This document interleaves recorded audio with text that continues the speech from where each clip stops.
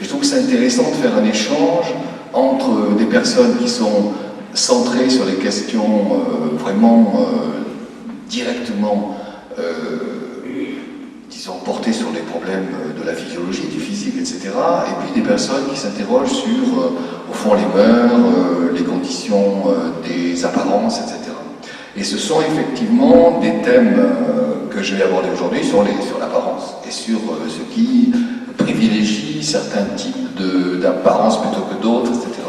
Donc, nous avons intitulé ce propos de ce soir, en discutant précisément avec Michel Rieux, nous l'avons intitulé « La beauté et l'humain ». Le thème, c'est donc quelle est l'apparence la plus séduisante, etc. Et on a voulu la confronter, cette apparence, à la question de l'humain, parce qu'il semble que, enfin moi c'est en tout cas ce que je pense, hein, il semble que l'un des premiers gestes de l'introduction dans l'humanité, c'est de travailler sur son apparence et de se distancier par rapport, pour dire les choses de façon un peu vulgaire et un peu rapide, par rapport à l'animal. Je crois que c'est ça qui est central. Donc mon propos, alors attendez, il faut que je le fasse fonctionner, ça semble pas très bien. Alors très bien, merci beaucoup, heureusement que dans mon plan, j'ai passé sur le préalable, je ne sais pas si je peux revenir en arrière. Si, on peut revenir à l'arrière, voilà. Alors mon préalable, moi j'ai déjà dit quelque chose, que l'humain ne peut pas, à mon avis, fonctionner sans qu'il y ait un travail sur la façon dont il se présente. C'est mon premier point. Je vais donc essayer de balayer un certain nombre à la fois de lieux, de géographie, de temporalité, pour montrer quelles sont ces stratégies de l'apparence. Et puis deuxième problème qui me paraît très important en ce qui me concerne et qui porte sur notre propre société, il est évident que, au-delà de ce que j'appelle l'artifice obligé, il est évident qu'il y a une transformation dans le temps de nos propres sociétés de la beauté entre des origines lointaines et la beauté contemporaine. Ça, je ne vous le cache pas, ça m'intéresse beaucoup, de voir comment, au fond, un certain nombre de dispositifs changent avec le temps et comment, finalement, l'apparence est valorisée selon des critères différents selon les époques. Et troisième point, qu'est-ce que veut dire des époques? Sur les mœurs, selon la manière dont se trouve impliquée la sensibilité, les relations sociales, les dominances des uns et des autres, etc. C'est ça que je vais essayer de développer en termes, je dirais, de problématiques. Alors si j'en viens maintenant à mon plan, vous voyez maintenant ça fonctionne. Si j'en viens à mon plan, il y a donc rapidement une sorte de prise en compte d'une perspective géographique et culturelle qui crée les différences. Ensuite, qu'est-ce qu'il en est de l'Occident? Les origines, c'est indiscutablement une beauté qui est considérée comme unique. Par exemple, la beauté grecque, il n'y a qu'un critère. Et puis au contraire, quand vous avancez dans le temps, les critères peuvent bouger, il y a l'émergence de ce que j'appelle moi une sensibilité, il y a l'émergence d'une individualisation, etc. Et quant à la période contemporaine, c'est un grand problème absolument passionnant à mes yeux, parce que nous sommes confrontés, me semble-t-il, entre, d'une part, des critères qui semblent très forts et qui sont quasiment univoques, dont la minceur, et en même temps des critères qui favorisent la diversité. J'ai choisi mon apparence. Vous voyez dans les revues, moi je suis très frappé par ça, des revues contemporaines, je pense au Figaro Madame pour ne pas le citer, vous voyez, eh bien, chacun son style, choisissez le vôtre. C'est en fait beaucoup plus compliqué puisque dans son style, il y a l'obligation d'obéir à certains critères. Alors j'en viens à mon premier point, l'artifice obligé. Et pour cela, je voudrais souligner dans un premier temps indiscutablement la dispersion, c'est très différent d'un lieu à l'autre. Et en même temps, il y a quand même, dans l'histoire, au fond, de l'humanité, des critères qui semblent parfois privilégiés, dont le côté formel, une géométrie, une symétrie, c'est qu'on va retrouver, dont je vais parler. Et puis, il y a aussi la tentative d'expliquer pourquoi ces différences existent en fonction des cultures. Donc, mon premier point, c'est l'artifice obligé. Cet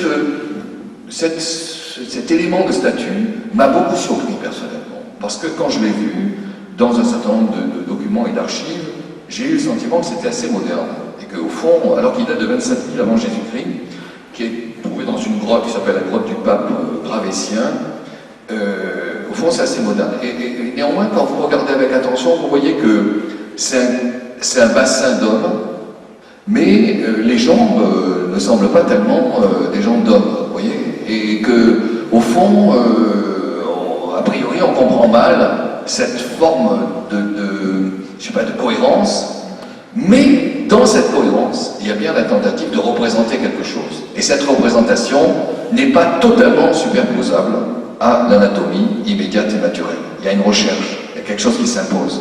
C'est encore plus net ici, dans ce sanctuaire moustérien qui date encore plus loin moustérien. Qu'est-ce que c'est que c'est très compliqué. Qu'est-ce que c'est que ce référendum qui favorise un nez qui avance, des yeux qui sont très creusés, avec une orbite complètement enfoncée. Donc c'est ça que je voudrais souligner dans un premier temps. Vous voyez, quand vous passez de l'un à l'autre, il y a une distance considérable qui n'est pas seulement la distance du temps, mais qui est la distance de la représentation. Comment se représente-t-on ce que l'on montre? Encore différence ici très forte, avant Jésus-Christ, les petits points, le mouvement, cette position qui est droite ou qui est assise, la chevelure, vous voyez. Moi, ce que je trouve, dans un premier temps, ce que je trouve vraiment intéressant, c'est la tentative de cascader en quelque sorte, d'un dispositif à l'autre, en soulignant à quel point il y a une inventivité, et il y a dans cette inventivité des différences radicales d'un lieu ou d'un temps à l'autre. Encore plus net ici. Mariuara, Inde, 10e siècle, donc ça c'est le 10e siècle après Jésus-Christ. Pourquoi c'est intéressant cette image? Parce que contrairement à ce que l'on peut attendre, c'est quand même quelque chose qui n'est pas de l'ordre de la symétrie, qui n'est pas de l'ordre de l'organisation. C'est très curieux, il y a une forme de désarticulation. Qu'est-ce qui peut plaire dans cette désarticulation? Moi j'ai franchement du mal à répondre. Mais en tout cas, ce qui nous intéresse nous, ce qui m'intéresse moi, c'est cette sorte de différenciation. J'en viens au-delà, mon deuxième point, dans l'artifice humain. Mon deuxième point, c'est quand même quand on, au fond, on traverse comme ça les exemples éloignés de nous, c'est quand même une exigence formelle qui domine. Vous voyez, géométrie, soulignement des traits, etc. Et on le voit à l'Égypte, par exemple. Donc ça, c'est 2002 avant Jésus-Christ, le fameux couple Riotep et Nofrette. Si vous regardez la femme, bon, il y a une façon de géométriser quand même la chevelure, oui, de la discipliner. Il y a une façon de travailler sur le reste, la façon dont l'œil est rendu, le rendu de l'œil. Il y a un cercle au niveau des cheveux, tout ça renvoyant à des données qui sont quand même plus ou moins géométrisées. Hein. Le cercle, la géométrie, etc. Ça me paraît très important. Autrement dit, l'humain, moi je dirais deux choses. C'est d'une part, indiscutablement, l'invention de l'artifice, et la tentation permanente de restituer cet artifice sous une forme plus ou moins géométrisée, organisée, si vous voulez. Quelque chose qui est de l'ordre, au fond, d'un calcul, qui n'est pas de l'immédiat. Encore plus net ici, c'est pas la même chose. Hein. Vous voyez, entre l'Égypte et la Thèse, qui est plus récente, 8e siècle, mais quand même, c'est pas un problème de temps, là. C'est pas la même chose. Et néanmoins, vous voyez bien qu'il y a un effort pour symétriser les épaules, pour accentuer, pour faire tomber les manches, pour avoir une sorte de code au niveau de la robe, il y a une chevelure sur les... Bref, il y a quelque chose qui est vraiment de l'ordre de l'organisation, avec une exigence qui, à mes yeux, est à la fois formelle, voire géométrique. Plus nette encore, les fameux tatouages qui sont très connus, hein, les tatouages mélanésiens, mais après je vais reprendre autre chose sur les tatouages. Mais si vous regardez ce tatouage avec attention, vous voyez bien que la tentative, c'est de suraccentuer la symétrie que le visage est censé représenter, avec des manières de faire correspondre des sortes de volutes de la droite à la gauche, travailler évidemment sur une sorte de remontée du front à partir du milieu au-dessus de l'arête nasale, etc. Donc il y a bien cet effort que je viens d'évoquer, qui est celui de la géométrisation de l'organisation. Bref, artifice répond à cela. Mais si vous cherchez des explications, parfois vous ne les trouvez pas. Voilà, ça, je suis toujours frappé. Quand on travaille sur l'origine des cultures, on a toujours du mal à dire pourquoi et comment. Donc, je ne vais pas expliquer tout ce que je viens de montrer. Mais néanmoins, l'idéal serait évidemment de rentrer dans des modes d'explication de ces rendus géométriques. Et parfois, il y a des explications. Alors, je voudrais citer au moins 4 exemples. Le premier, que j'aurais du mal d'ailleurs à vous détailler, qui est celui qu'a magnifiquement expliqué Lévi-Strauss dans Triste Tropique, ce livre où il rend compte de son aventure brésilienne auprès des tribus qui sont au cœur de l'Amazonie. eh bien, Lévi-Strauss travaille sur les tatouages. Alors, mon explication va vous décevoir, parce que je ne suis pas aussi précis que lui. Mais que montre-t-il? Ah, c'est extraordinaire, mon explication. Il montre que dans ce tatouage que vous voyez, il y a bien sûr le privilège donné à la symétrie. Bien, petit A. Petit B, il y a un privilège donné à ce qui correspond de la droite à la gauche, si vous voulez. Mais lui ajoute, et j'aurais du mal à vous le montrer, pourtant j'ai étudié avec précision le texte, lui ajoute qu'il y a une troisième donnée qui, dans des volutes, représente un troisième point. C'est pas seulement, si vous voulez, l'organisation droite-gauche, c'est pas seulement AB, c'est une troisième chose qui crée un C. Et dans son explication, qui est absolument passionnante, il montre que, en fait, la tribu qui propose ce type d'image inscrite sur le corps, sur les visages et surtout sur la poitrine, cette tribu a une nostalgie. A la nostalgie d'un troisième clan qui existait auparavant dans une mémoire qui reste, mais qui est quand même très lointaine. Et cette troisième tribu a disparu parce que les clans étaient en opposition. Ça posait trop de problèmes, si vous voulez, dans les échanges entre hommes et femmes, les clans, etc. Elle a disparu, mais elle reste présente. Vous voyez, mon explication est relativement, je dirais, faible, mais néanmoins le sens, je vous le donne. Cette tribu, cette troisième tribu reste comme une sorte de nostalgie. Et cette nostalgie est présente dans les dessins. Donc, vous voyez comme l'esthétique, en fait, est travaillée par quelque chose qui est à la fois de l'ordre du sens et de l'ordre de l'histoire. Alors, c'est plus que dont on parlait avec Michel Rieu, d'ailleurs, tout à l'heure, cette image qui correspond à la façon dont les Olmecs, qui sont les tribus, au fond du temps des Mayas mexicaines, c'est plus facile d'expliquer pourquoi, dans ce crâne, il y a une déformation. Et vous voyez très bien qu'il y a une sorte d'échappée vers l'arrière. Mais elle n'a rien de naturel. Ce qui est vraiment fondamental, c'est l'artifice, bien entendu. Et encore, vous savez, dans les campagnes du 19e en France, il y avait des travaux qui étaient faits sur les crânes des enfants pour obtenir certaines formes privilégiées par rapport à d'autres. Or ici, ce qui est très net, c'est que les crânes des enfants sont écrasés au niveau du front, ils sont écrasés au niveau de l'arrière pour donner une sorte de fuite. Vous voyez, comme s'il y avait un panache qui devait poursuivre l'avancée, la partie, disons, frontale du visage. L'explication est curieuse, mais elle est indiscutable. C'est quoi? C'est que ces Olmecs avaient un mythe selon lequel l'homme, je le dis dans le petit commentaire, l'homme naît d'un maïs broyé. L'humanité existe parce que, au fond, c'est le végétal qui s'est transformé, qui s'est broyé et qui a fait germer l'humanité. Et cette humanité reste marquée, évidemment, par le broyage de ce fameux grain de maïs, ce qui implique que l'esthétique ne peut pas ne pas passer par ce type de critères. Alors là, on entre dans des explications qui, moi, me paraissent très intéressantes, bien entendu, et qui, au fond, permettent de relier l'image qui est proposée et le sens qu'on lui donne.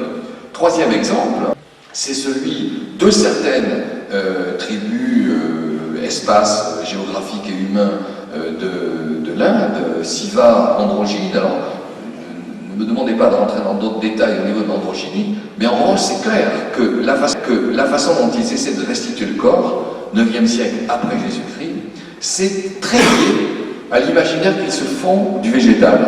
Et pour eux, vous voyez, toujours un rapport, souvent, pas toujours, mais souvent, entre le corps, le végétal, etc. Et pour eux, la qualité excellente du corps doit passer doit croiser la qualité excellente du végétal, c'est-à-dire gorgée de sève, relativement lisse, et finalement, d'autant plus gorgée de sève que c'est ce qui permet au végétal d'avoir de la force et d'avoir véritablement de la vitalité. Et donc l'humain doit recouvrir cette beauté, passe par le critère dont je viens de parler. Et là encore, en mettant en perspective cet imaginaire de l'origine et en même temps le rendu du physique, on voit bien qu'on peut trouver des explications qui sont sans doute un petit peu courtes, mais néanmoins, trouver des explications à l'esthétique. Troisième et quatrième exemple, qui est très important cet exemple, parce que on a tendance, nous, et c'est normal, et là encore on en parlait avec Michel Rieu tout à l'heure, on a tendance, nous, à penser les critères anciens de beauté comme répondant à nos exigences. Qu'est-ce que ça veut dire? Ça veut dire que nos exigences ont tendance, même si aujourd'hui c'est beaucoup plus compliqué, mais nos exigences ont tendance à privilégier la beauté comme étant comme restituant systématiquement le féminin. Le symbole de la beauté, c'est le féminin. C'est-à-dire la grande invention de l'Occident, si je peux utiliser grande invention, parce que je crois qu'aujourd'hui on la conteste, et c'est normal, la grande invention c'était la femme symbole de la beauté, et le symbole de la beauté, l'homme est le symbole de la force. Or, dans des sociétés différentes, même la Grèce, Rome, mais même encore au Moyen-Âge, le chevalier, le critère de la beauté c'est l'homme. C'est très curieux, c'est très différent de nous.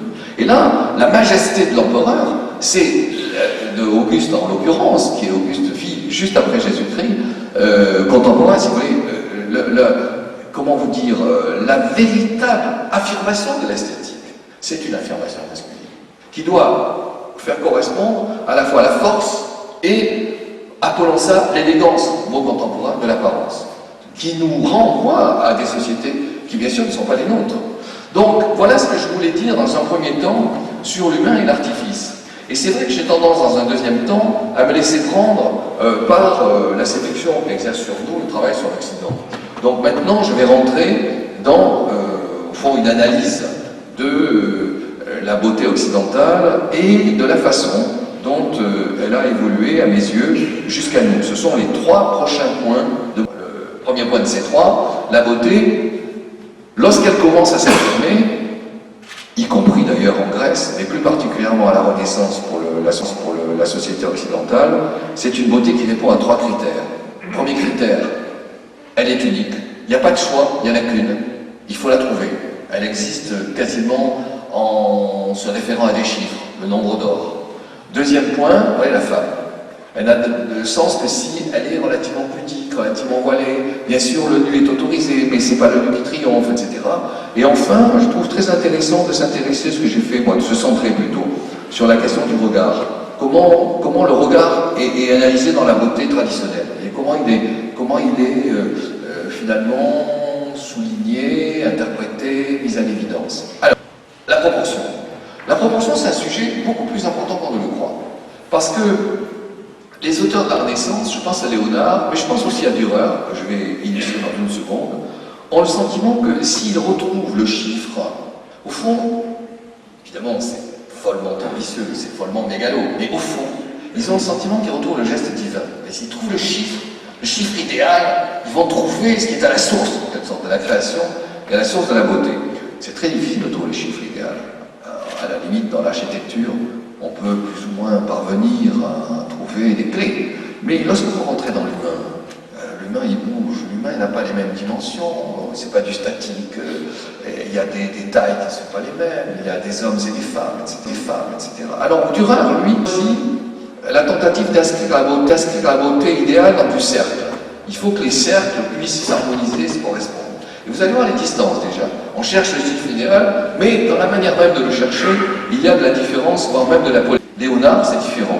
Lui, il va essayer de trouver, en sectionnant du haut vers le bas, des chiffres qui peuvent se correspondre. Il va dire, Léonard a beaucoup une influence, hein, c'est quand même comme ça, plutôt comme ça qu'on a tendance à voir au moment de la Renaissance. Il va dire, chez l'homme, il y a 7 visages, chez la femme, il y en a 8. Vous voyez la différence, pourquoi 7 visages, ça veut dire, vous prenez la hauteur du visage, et puis vous descendez 7 fois, et là vous avez la hauteur idéale. Et en même temps, il s'intéresse aussi à la largeur. Pour ceux qui s'intéressent à la physiologie d'ailleurs, je fais une remarque qui sort un peu du sujet, mais qui à mon avis est très importante. C'est que Léonard ne parvient pas, malgré son génie, parce que c'est évidemment un génie complètement indépassable, mais il ne parvient pas à analyser avec précision la structure du bassin. Et donc, dans sa verticalité, il laisse manifestement échapper l'avancée du ventre, vous voyez, ce qui sera considéré comme quasiment un défaut dans des périodes postérieures. Mais ce n'est pas notre objet. Moi, mon objet, c'est, voilà, l'un considère qu'il y a du cercle, l'autre considère qu'il y a de la verticalité. Et néanmoins, l'un et l'autre considèrent qu'il y a quelque chose qui est quand même de l'ordre de l'unique. Vous voyez, ça se, au fond, ça ne se discute pas. On n'est pas encore dans la période de Voltaire qui dira « moi je ne peux pas définir le beau », etc. Je reviendrai sur Voltaire évidemment dans son temps. Et là, il y a quand même le sentiment que ça n'existe qu'à partir de l'absolu. Et du coup, que fait-on dans la peinture? Et vous allez voir que les techniques de peinture, précisément dans le temps, que fait-on dans la peinture? Dans la peinture, d'abord on inscrit de la perfection. Avant de représenter la beauté, on essaie de tracer précisément ce qui est géométrique, ce qui est formel, etc. Et vous le trouvez. Et puis, à quoi s'intéresse-t-on? On s'intéresse à ceux qui sortent. Donc il y a ceux qui sont dans le chiffre, même si ce chiffre est différent d'un auteur à l'autre, et même différent chez le même auteur.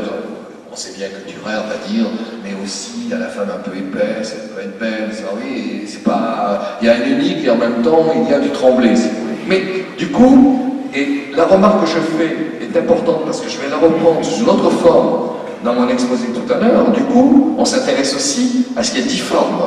Donc il y a l'excellence qui répond aux chiffres, et il y a le difforme qui est de l'échappée. Et le difforme, c'est l'infirmité, ou le difforme, ça peut être la vieille dame, pour la fameuse peinture magnifique de Titien. Et la dame, elle porte sa petite fiche avec le temps. Regardez avec le temps ce qui s'est passé.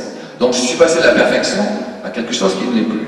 Deuxième catégorie de remarques concernant cette beauté unique, c'est qu'il y a quand même, dans la tradition occidentale, française, italienne, enfin tous les grands, au fond, peintres de la Renaissance, flamande, anglaise, il y a quand même l'idée que l'heure qui doit s'imposer.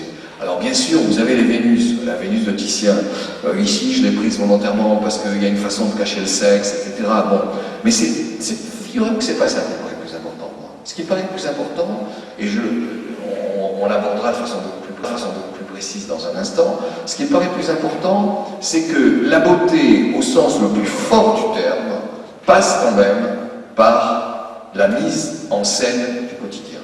Et que c'est pas forcément le nu. Mais bien sûr, le nu, c'est le grand modèle, bien sûr, c'est l'académie, bien sûr, c'est la façon dont on fait exister le sommet de l'art. Mais le quotidien, c'est le voilé, vous voyez, c'est la manière dont on se présente vis-à-vis des autres, à la cour, à la ville, dans l'intimité, etc. Et ça donne, remarque à mes yeux centrale, ça donne cette qui est l'image qui est une des personnes représentées par Rubens, en l'occurrence son épouse, ça donne cette image. Alors si vous m'y autorisez, je vais m'attarder un instant sur cette image. Ça a donné lieu d'ailleurs à ce livre que j'ai fait récemment sur la robe. Je vais m'y attarder un peu parce que ce livre, la robe, à mes yeux, vous savez, les auteurs ils sont jamais contents. Hein. Bon, donc passez-moi la remarque. Mais on a toujours le sentiment de ne pas être bien compris. Je pense que le livre La robe n'a pas forcément été bien compris.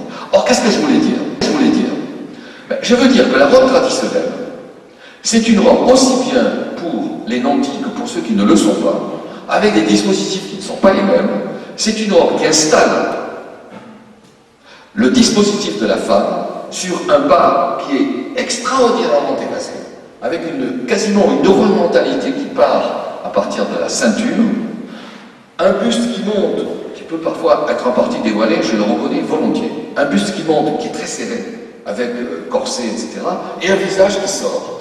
Et l'idée, c'est quand même, on le voit dans certains textes, je pense en particulier à un texte magnifique de Furenzol, qui est un Italien qui écrit en 1570 et qui écrit de la beauté des femmes, et on voit très bien que le visage sort comme une fleur, si vous voulez. Et l'idée, c'est une idée de la beauté fixe, complètement fixe, hiératique, immobile, avec un bas qui sert de piédestal et une montée qui est la partie expressive de la femme, mais qui est réduite du coup, excusez-moi l'expression, qui est réduite du coup à l'état de décor, et qui se retrouve dans les textes. La femme, c'est le décor, c'est l'esthétique de l'intérieur, si vous voulez. C'est l'esthétique de l'accueil. Alors que l'homme, c'est au contraire l'affrontement, et du coup, c'est pas forcément l'esthétique, c'est l'affrontement, la force, la guerre, comme ça. Alors vous allez me dire, oui, mais ce que vous représentez là, ça n'est pas forcément ce que l'on voit toujours. Ben si, c'est ce qu'on voit toujours, y compris dans la rue, c'est très net. Ça, là, c'est 17e, là, c'est 10e, là, c'est 18e, et ça reste, et y compris dans les tenues plus... il y a une tentative vraiment d'installer quelque chose qui est de l'ordre du soutien, vous voyez, le piédestal, même si elle est active, cette femme. L'imaginaire, c'est quand même celui du décor et de mobilité. Alors ça, c'était mon deuxième point, la robe, etc. Mon troisième, c'est l'œil. Je sais que là, vite, mais pourquoi j'ai choisi l'œil? Pour une raison très précise. Si vous regardez avec attention les peintures de la Renaissance, vous voyez qu'elle centre l'image féminine très fortement sur le regard. Et le regard, me semble-t-il, je peux me tromper, je ne suis pas historien d'art patenté, mais le regard est noir, obscur, et il vous regarde. Et dans bien des tableaux, si vous êtes attentif au sens du regard, vous voyez que vous pouvez en quelque sorte orchestrer le tableau à partir du regard. Si le regard installait une ligne, eh bien figurez-vous que, vous voyez, bon, on voit là, ici Raphaël, Léonard, et ici Raphaël. Mais Raphaël, on dit, non, je pense que c'est un regard qui est orienté au contraire. Alors pourquoi? Pourquoi j'insiste sur le regard? Parce que pour moi, ça a une relation très précise entre l'absolu, la tenue relativement figée et la façon de s'adresser à l'autre. Et ça renvoie à l'imaginaire de la beauté. L'imaginaire de la beauté, c'est au fond quelque chose qui se donne en dehors de vous, totalement en dehors de vous, choisissez pas. C'est comme ça et pas autrement. Et ça vient vous frapper. Alors, ça renvoie à des images qu'on trouve dans les poésies, dans les commentaires, etc. À savoir quoi? Il y a un rayonnement qui vient de l'intérieur, qui vient vous atteindre, et vous ne pouvez pas choisir, vous êtes quasi transi. Ça, c'est la beauté traditionnelle. Ça n'existe que sous une forme, et vous avez des auteurs, c'est incroyable ça, il faut les lire pour le croire. Vous avez des auteurs qui vous disent, il y a des sortes de corpuscules qui sortent comme ça de la beauté, qui viennent comme ça vers vous, l'œil renvoie, d'ailleurs l'œil est fort, celle qui est la plus forte, elle peut saisir comme ça des crapauds, des écraser, oui, complètement en dehors de nous. Et pourtant, cette idée, c'est bien que le sens part de la personne qui est porteuse de l'esthétique, et qui vient vous atteindre. Or, cette image, elle va complètement se transformer dans les périodes qui vont suivre, puisque, bien sûr, on sait très bien aujourd'hui que vous aussi, vous pouvez choisir. Et j'en viens précisément, c'est-à-dire qu'est-ce qu'inventent les Lumières, qu'est-ce qu'inventent les périodes qui suivent? C'est une longue explication qu'il faut les trouver, je ne veux pas non plus être trop long, mais c'est l'insistance sur la sensibilité. Autrement dit, dans la période que j'appellerais moi traditionnelle, la Renaissance, le XVIIe, etc., c'est une vision qui passe encore, dans une certaine mesure, par le religieux et qui impose quelque chose qui ne se choisit pas. Et puis, bon, l'homme commence, ou la femme aussi, l'homme et la femme, commencent à avoir une sorte d'autonomie, une sorte de force intérieure, une sorte de, je dirais, d'affranchissement. Et c'est pas simplement le surnaturel qui impose le naturel. Il y a un naturel qui commence à exister. C'est un problème fondamental. C'est un problème difficile, mais c'est un problème fondamental. Moi, je l'avais retravaillé sous une autre forme lorsque je m'étais interrogé, excusez-moi de faire un rapprochement qui est apparemment loin de mon objet, mais qui à mes yeux ne l'est pas, lorsque je m'étais interrogé sur est-ce qu'il y a une histoire de la sensibilité intérieure? Est-ce qu'il y a une histoire de vos éprouver? Et vous vous rendez compte, quand vous travaillez là-dessus, que, évidemment, ça a toujours existé. La douleur, c'est pas une invention du XVIIIe siècle, hein. Donc ça a toujours existé. Mais vous commencez à voir, à partir du XVIIIe siècle, surtout dans la deuxième moitié, au fond, un privilège donné à ce que vous ressentez. Alors que le privilège donné précédemment, je ne veux pas schématiser les auteurs du XVIIe siècle, mais je pense à quelqu'un comme Descartes, je suis loin de mon objet, mais pas tellement. Le privilège donné auparavant, c'est la pensée. Je pense donc je suis. Je pense, ce qui est fondamental, c'est ce que je pense. Or, progressivement, laïcisation, affirmation de l'individu, importance donnée à la façon dont je vis, progressivement, c'est quoi? Est-ce que je sens? Est-ce que je sens, ça devient très important. Est-ce que je sens, c'est peut-être ce qui s'impose. Et donc, vous commencez à avoir des textes complètement opposés aux textes cartésiens. C'est plus je pense donc je suis. Bernardin de Saint-Pierre, Rousseau, c'est je sens donc je suis. Vous voyez, ma première pensée, ça a été le sensible. Et à partir de ce moment-là, si vous commencez à poser la question comme ça, la beauté, c'est peut-être ce que je sens. Et quelqu'un comme Voltaire va vous dire, moi je ne peux pas faire un traité du beau, puisque le beau ça varie. Et du coup, c'est pas seulement le rayon qui vient de l'extérieur et qui vient me frapper, mais c'est aussi ce que moi, je peux éventuellement regarder sur l'autre. Et donc à ce moment-là, vous avez du relatif. Vous avez du relatif. Et il y a des textes magnifiques sur le relatif. Par exemple, il y a un texte trivial de Voltaire qui vous dit, pour la crapaude, qu'est-ce que c'est que la beauté, ou pour le crapaud plutôt. Qu'est-ce que c'est que la beauté de la crapaude? C'est des yeux orange, jaunes, qui n'en finissent pas, c'est un front qui n'a aucune existence, c'est un croissement insupportable, voilà. Ça n'a aucun rapport. Mais le plus beau texte, de ce point de vue-là, je ne veux pas être trop long,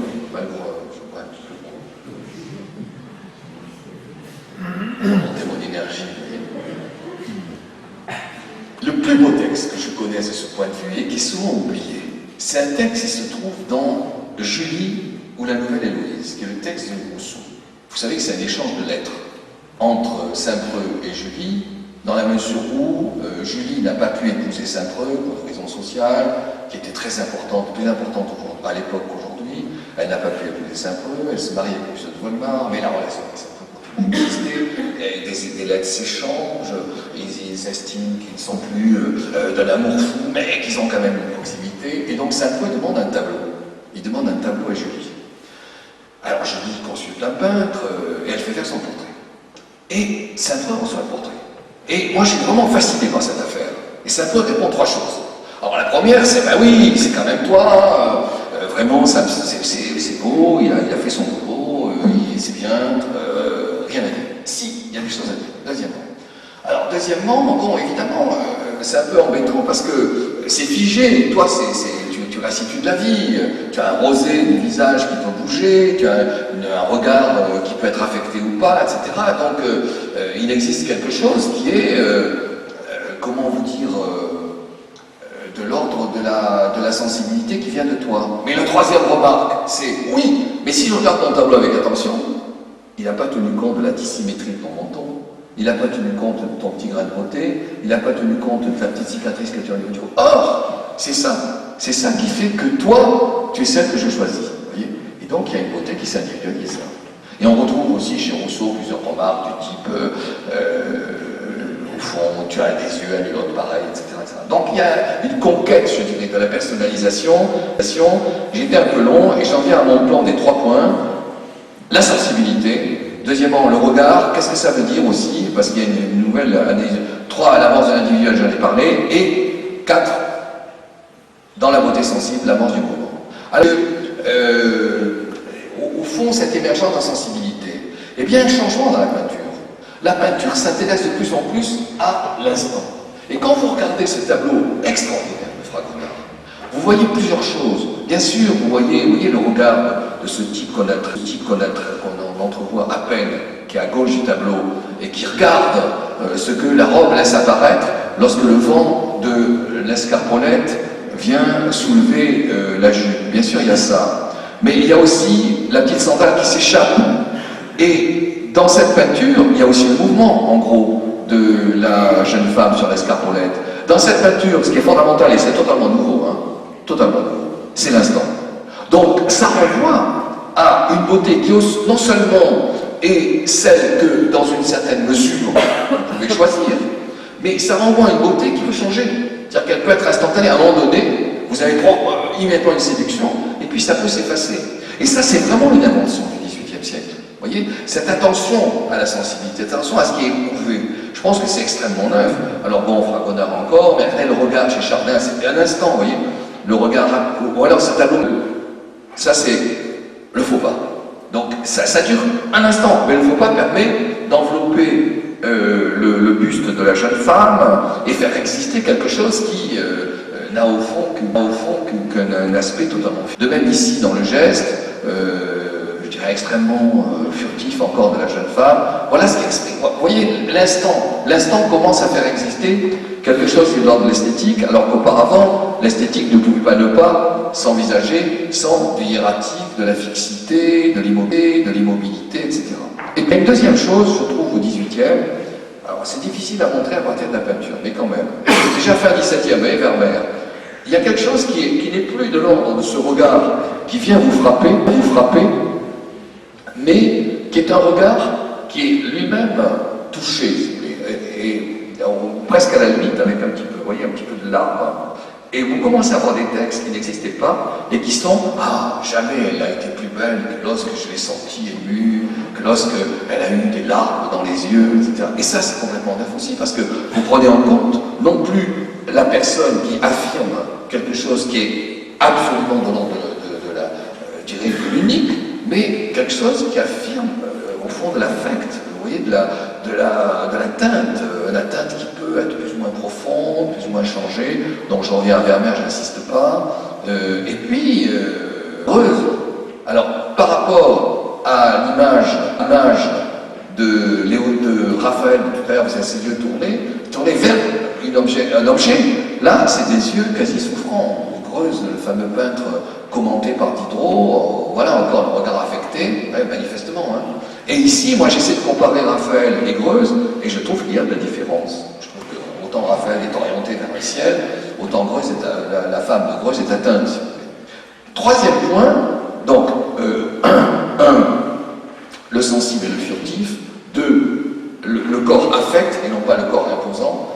troisième point, l'individuel. Lorsque je parlais tout à l'heure des modèles, je montrais que dans la peinture, on essayait d'abord d'inscrire le visage idéal, sous forme quasiment de traits. Et puis, après, on montait le visage en inscrivant de la couleur et de l'expression.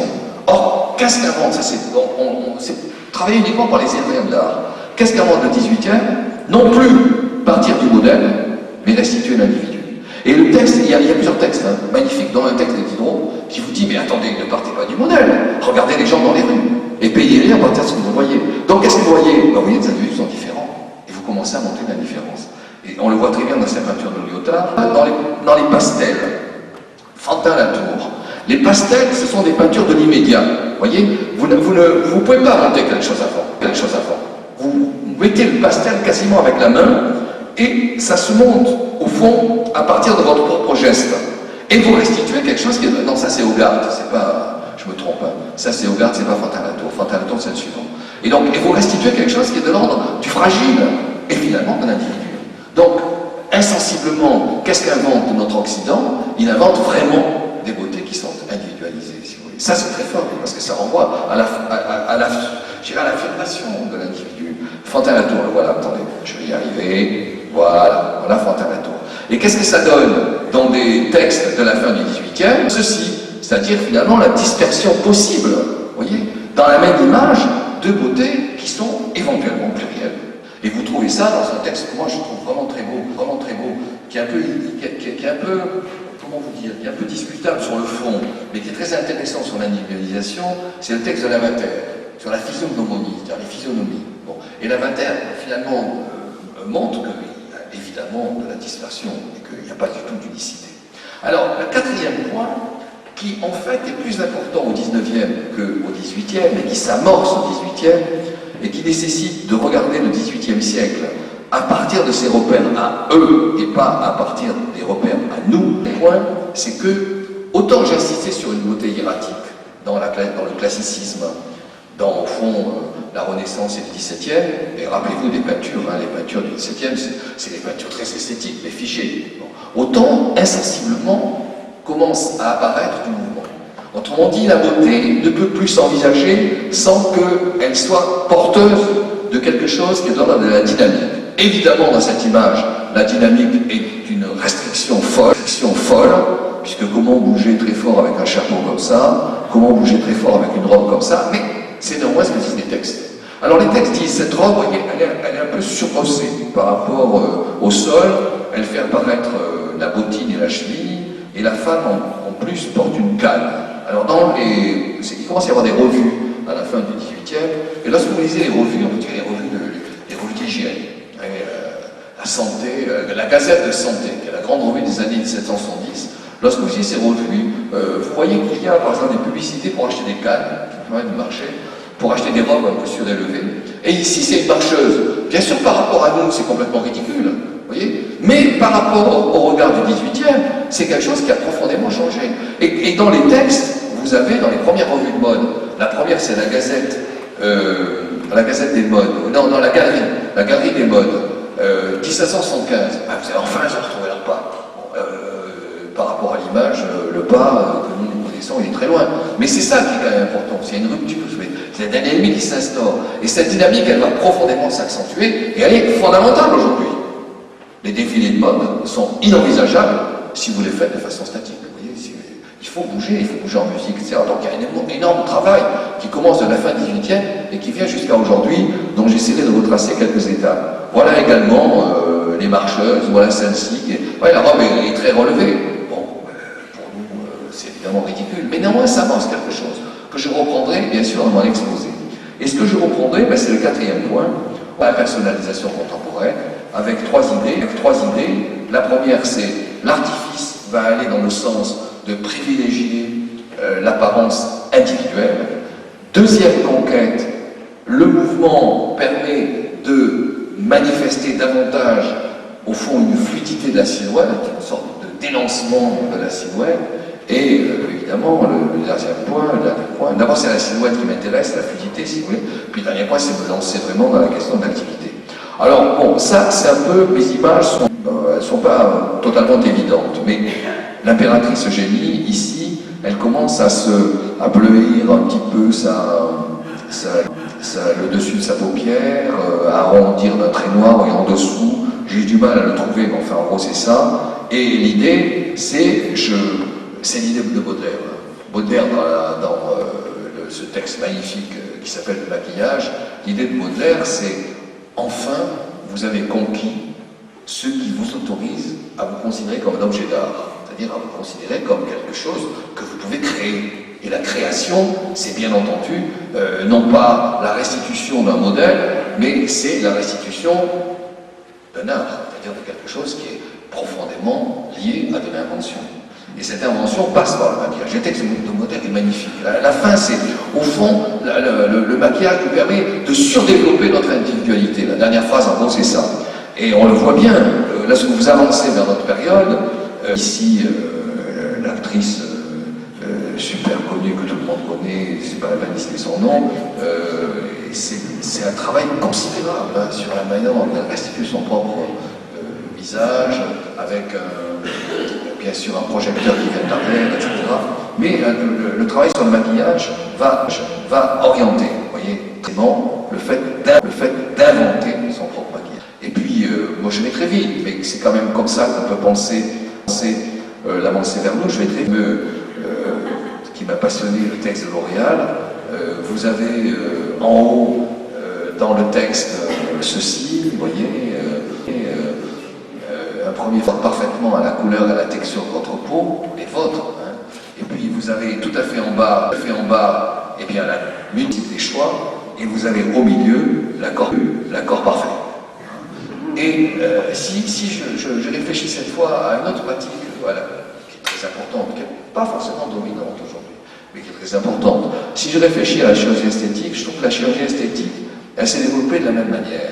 Autrement dit, elle répond d'abord à un modèle. Surtout, enfin, je ne veux pas faire l'histoire de la chirurgie, elle mérite vraiment une attention. Hein. Elle a considérablement changé entre la fin du 19e. On dit toujours qu'elle commence avec la guerre de 14. Pas du tout. Elle commence avec la fin du 19e. Et pourquoi? Parce qu'on maîtrise la sepsie, parce qu'on commence à pouvoir avoir des chirurgies fines, etc. Et elle corrige le défaut. Mais la chirurgie d'aujourd'hui, elle ne corrige pas le défaut. Quelque chose. Elle invente un visage qui serait censé de correspondre au mieux à votre propre personnalité. Et lorsque vous lisez les textes des chirurgiens esthétiques d'aujourd'hui, je pense à Maurice Mimoun, qui dit « Moi, je suis un chirurgien de l'impalpable ». C'est-à-dire qu'au fond, ce que je crée, c'est ce qui, dans une certaine mesure, n'existait pas. Et j'essaie de m'adapter au mieux à ce qui peut émerger du visage que l'on met sous mes yeux. Voilà. Alors, j'en viens maintenant à mon deuxième problème concernant la personnalité contemporaine. Je pense que, individualisation, qui naît avec le 18e, on l'a dit, mais deux, il y a un intérêt qui commence à transformer, cette fois, la vision même que l'on se fait du corps. Alors, je reviens à ma robe traditionnelle, piédestale. On passe sur la Révolution française qui, elle, a amorcé, je le dis ça dans mon histoire de la robe, qui a amorcé la chute. Mais la Révolution, ça ne dure pas. Et la Restauration vient remettre le dispositif traditionnel, la femme secondaire, la femme décor, la femme beauté, etc. Avec un travail considérable. La technique, je ne sais pas, on parlait de la technique tout à l'heure, je crois. Il y a une technique énorme pour restituer le dispositif, l'élargir. Donc vous avez des dessous qui sont des dessous en fer. Hein. Vous avez cette première étape. L'avant tombe. Vous voyez, ici, l'avant ne tombe pas. Et ici, l'avant tombe. Première étape. Des années 70, du 19e. Donc quoi? C'est restitué déjà un petit peu plus au mouvement. Et la femme entre davantage dans le travail d'ailleurs. Mais l'arrière reste très, très élevé, avec la fameuse tournure. Deuxième étape, ça commence à tomber. Parce qu'elle est plus inscrite dans l'espace public, dans les cafés, elle travaille davantage. C'est quand vous faites les statistiques, par exemple, des secrétaires femmes entre 1870 et 1910, avant la guerre de 14. Parce que on dit le travail, c'est la guerre de 14. Oui, bien sûr, mais pas seulement. Il y a vraiment une inscription de la femme dans l'espace public dans les dernières décennies du 19e. Donc je reviens à ma phrase, quand vous faites la statistique des travaux de secrétariat, je dirais c'est un travail dominé, mais quand même, de secrétariat entre 1870 et 1910, vous voyez que ça s'est multiplié par centaines de mille. Autrement dit, vous avez 40 ans, je dis ça de mémoire et je peux me tromper, mais vous avez en gros 40 000 qui sont dans le secrétariat en 1970, vous en avez 200 000, 250 en 1910. Et ça, c'est une exigence. Je ne peux pas porter des choses qui n'en finissent pas, qui sont bouffants partout. C'est une exigence. Et ça renvoie aussi ce que l'on oublie. J'en parlais, je ne sais plus avec qui hier, avec une journaliste. Ça renvoie à ce qu'on oublie. C'est que pour obtenir la transformation de ces formes, il n'y a pas seulement une invention des couturiers. Ce n'est pas forcément les couturiers qui ont obtenu le changement de l'apparence. Ce sont les femmes, avec un militantisme féministe considérable, avec la tentative dès les années 80-90 de constituer des associations, de faire en sorte qu'entrent dans les associations des médecins, qu'entrent des journalistes, faire des campagnes de journaux, on ne peut pas continuer d'avoir des tenues qui nous enserrent comme ça, qui nous empêchent d'avoir du mouvement. Vous voyez, il y a une sorte, auparavant, autant c'était à la fois accepté et considéré comme esthétique, accepté par les hommes et par les femmes, et cette souffrance finalement du corset était considérée totalement naturelle, autant à partir de certaines époques, c'est plus du tout naturel. Et à ce moment-là, on voit des corps qui se changent et qui deviennent, avec des entrants, des sortants, etc., avec cette fameuse description de Proust, qui est absolument extraordinaire dans les années 20, où il dit Odette, elle était écrabouillée avec des sortes de basques qui l'écrasaient, etc. Et puis brusquement, ça devient une sorte de tige. Ça, c'est magnifique, le texte de Proust dans Swann. Et Proust conclut en disant enfin, Odette sort comme une sorte de chrysalide sur les modes détrônés. Il s'est passé quelque chose de fondamental, mais qui est lié au meurtre, qui n'est pas du tout l'invention de forme comme ça, arbitraire. C'est pour ça que moi je suis contre, figurez-vous, je fais une parenthèse avec le sourire, mais je suis contre les histoires qui considèrent que finalement faire des histoires de la mode, c'est s'intéresser à la superficialité, à l'inconstance et à l'inversatilité. Bien sûr qu'il y a une mode comme ça, bien sûr il y a des modes qui sont complètement, je dirais, surprenantes, superficielles, qui sont faits pour affirmer telle ou telle chose de la part de tel ou tel groupe. Bien sûr, ça a toujours existé. Et je dirais dans une certaine mesure, heureusement, ça transforme les choses, ça donne le sentiment que ça bouge, que c'est vivant, c'est parfait. Mais quand vous vous intéressez vraiment aux structures centrales, vous voyez, c'est-à-dire au dispositif vraiment le plus important, celui qui crée la forme la plus importante, vous voyez que ça répond au meurtre, et que ça ne répond pas simplement à de l'invention superficielle. Donc là, ça répond au meurtre. Et on le voit dans cette critique, vous voyez, de la femme qui sort de S et qui est très douloureuse, et puis qui va au contraire finir par sortir sous forme de I dans la petite image en bas à droite. Et avec un travail sur les dessous, évidemment. Et on va retrouver notre ici, on la retrouve là, avec une tenue absolument fluide. Voilà. Et ici, voilà l'invention. Au fond, nous sommes des enfants. Nous sommes des enfants de ça. Ça, c'est les années 30. Mais à partir des années 30, ça n'arrête jamais. Ça n'arrête jamais. Ne me dites pas que finalement c'est fini. Non. Ce que j'avais tendance à dire, non, c'est pas fini. Mais néanmoins, la structure d'aujourd'hui, elle est là.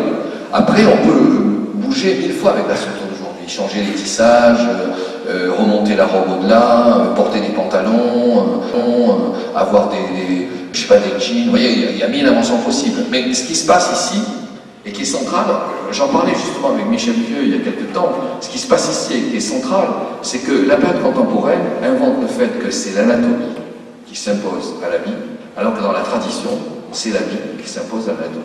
Et pourquoi l'anatomie s'impose-t-elle? Parce qu'on a besoin de la fonctionnalité, on a besoin de bouger, on a besoin d'agir.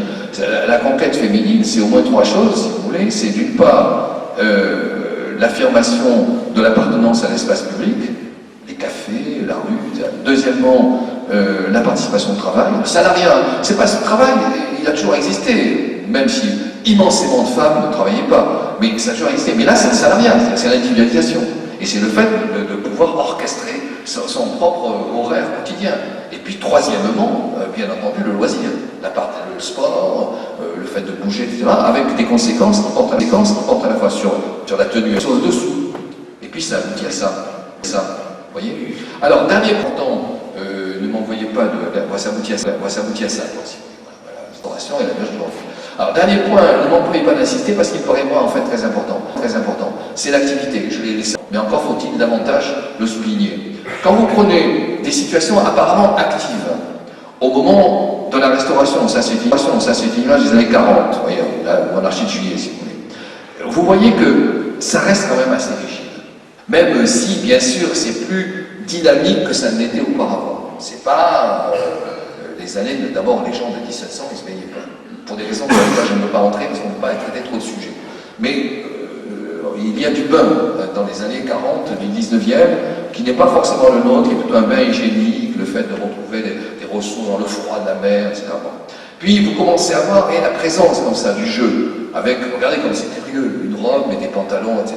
Puis progressivement, le jeu, il va donner des mouvements plus actifs, plus présents. Et puis le jeu, années 30, une gravure de affiche de Boccacci.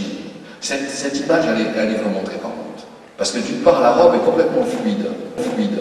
Et regardez comme le cou, à partir de l'arrière, c'est plus du tout un jeu de revers, de petits jeux, etc. féminin, c'est un jeu masculin. Et la base, c'est une image fondamentale, ça. Les années 30, moi je la trouve vraiment très importante. Et puis vous avez ça, bien sûr. Et puis dans la pub, vous savez, aujourd'hui, elles ne peuvent pas s'imaginer sans soit immédiatement jointe à de la dynamique. Alors, ça, l'autre sur lequel je ne veux pas insister, parce que quand vous lisez cette commentaire, il est un peu difficile à lire, hein, je le reconnais volontiers, mais le commentaire c'est « je suis EA », c'est-à-dire moi, je gère maintenant les hélicoptères, les avions, etc. Et évidemment, c'est très important, parce qu'on voit très bien que le métier féminin, c'est totalement ouvert, comme le sport féminin, c'est totalement ouvert. Moi, quand j'étais enfant, c'est vrai que je suis né au 19e siècle, je le reconnais volontiers, mais quand j'étais enfant, une femme faisant du marathon, ce serait apparu complètement aberrant.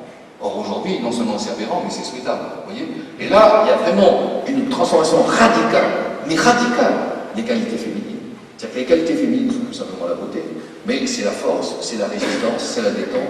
Et ces qualités féminines, elles deviennent des qualités masculines. Et les qualités masculines, mais du coup, ça peut tout autant être la séduction, la tendresse, etc. On le voit très bien dans les publicités. Il y a quelque chose de fondamental qui s'est produit, une sorte d'échange entre le masculin et le féminin, ce qui ne veut pas dire que la différence est disparue, soit effacée, certainement pas. Féminin et masculin, c'est pas du tout superposable à la même chose.